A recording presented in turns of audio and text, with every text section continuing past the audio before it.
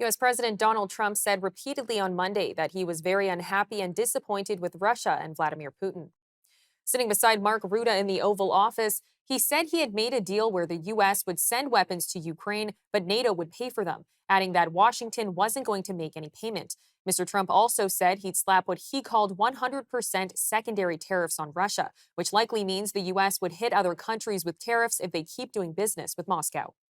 Is to hear that we are very unhappy, I am, with Russia, but we'll discuss that maybe a different day. But we're very, very unhappy with them, and we're going to be doing very severe tariffs if we don't have a deal in 50 days. Tariffs at about 100%. You'd call them secondary tariffs. You know what that means. But today we're going to talk about something else. And as you know, we've spent $350 billion approximately on this war with Russia and Ukraine, and would like to see it end. It wasn't my war, it was Biden's war. It's not my war. I'm trying to get you out of it. And we want to see it end. And I'm disappointed in President Putin because I thought we would have had a deal 2 months ago, but it doesn't seem to get there. So based on that, we're going to be doing secondary tariffs. Our correspondent Adam Zivo joined us from Ukraine for more on Mr. Trump's announcement. Adam, thank you so much for the time today. Thank you for having me. Now, can you walk us through what is actually already tariffed from Russia and what these secondary tariffs are? Well, as of now, from my understanding, nothing has been tariffed from Russia because Donald Trump inexplicably excluded Russia from his retaliatory tariff scheme from earlier this year. However, Trump has said that if Russia doesn't sign a peace deal within the next 50 days, that he will impose 100% tariffs on Russia as well as Russia's main trading partners.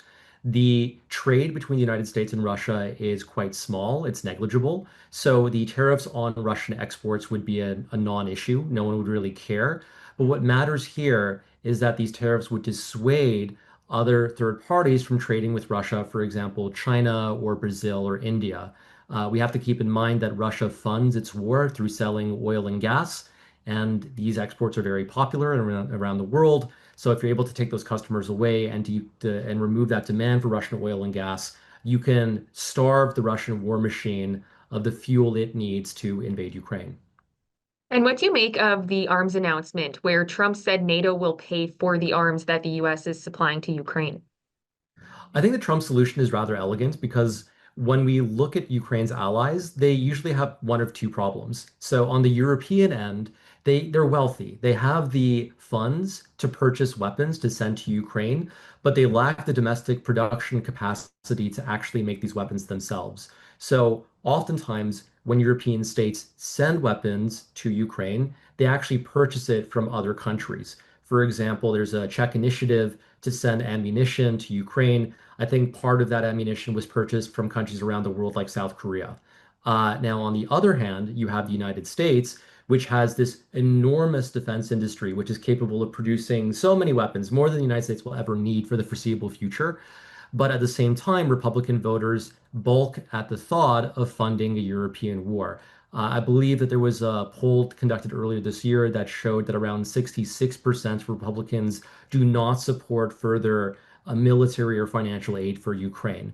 So what Trump has done is he's created a solution where America's arsenals have become available to Kyiv, but at the same time, U.S. taxpayers don't have to pay for it.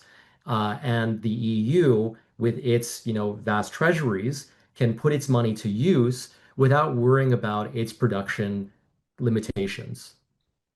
Now, it seemed like recently Trump's tone towards Vladimir Putin has really soured and shifted.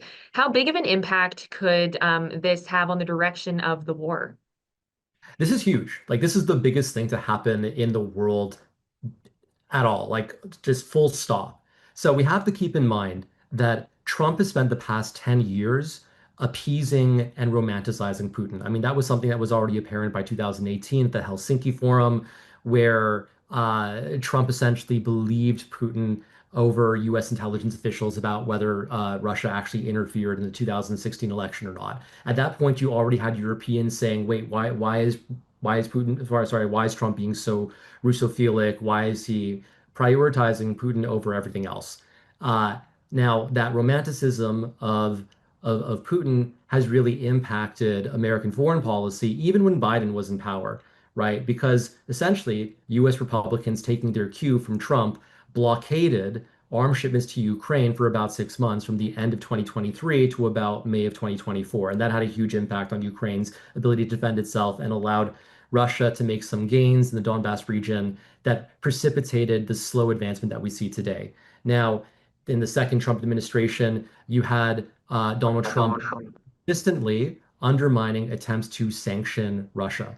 So, Mhm. for example, back in May, after the Victory Day parade on May 9th, the coalition of the willing, meaning the leaders of Germany, France, the UK, and Poland, came together and said that we're going to demand a 30-day ceasefire, and that if Russia does not agree with this, we're going to impose crushing sanctions.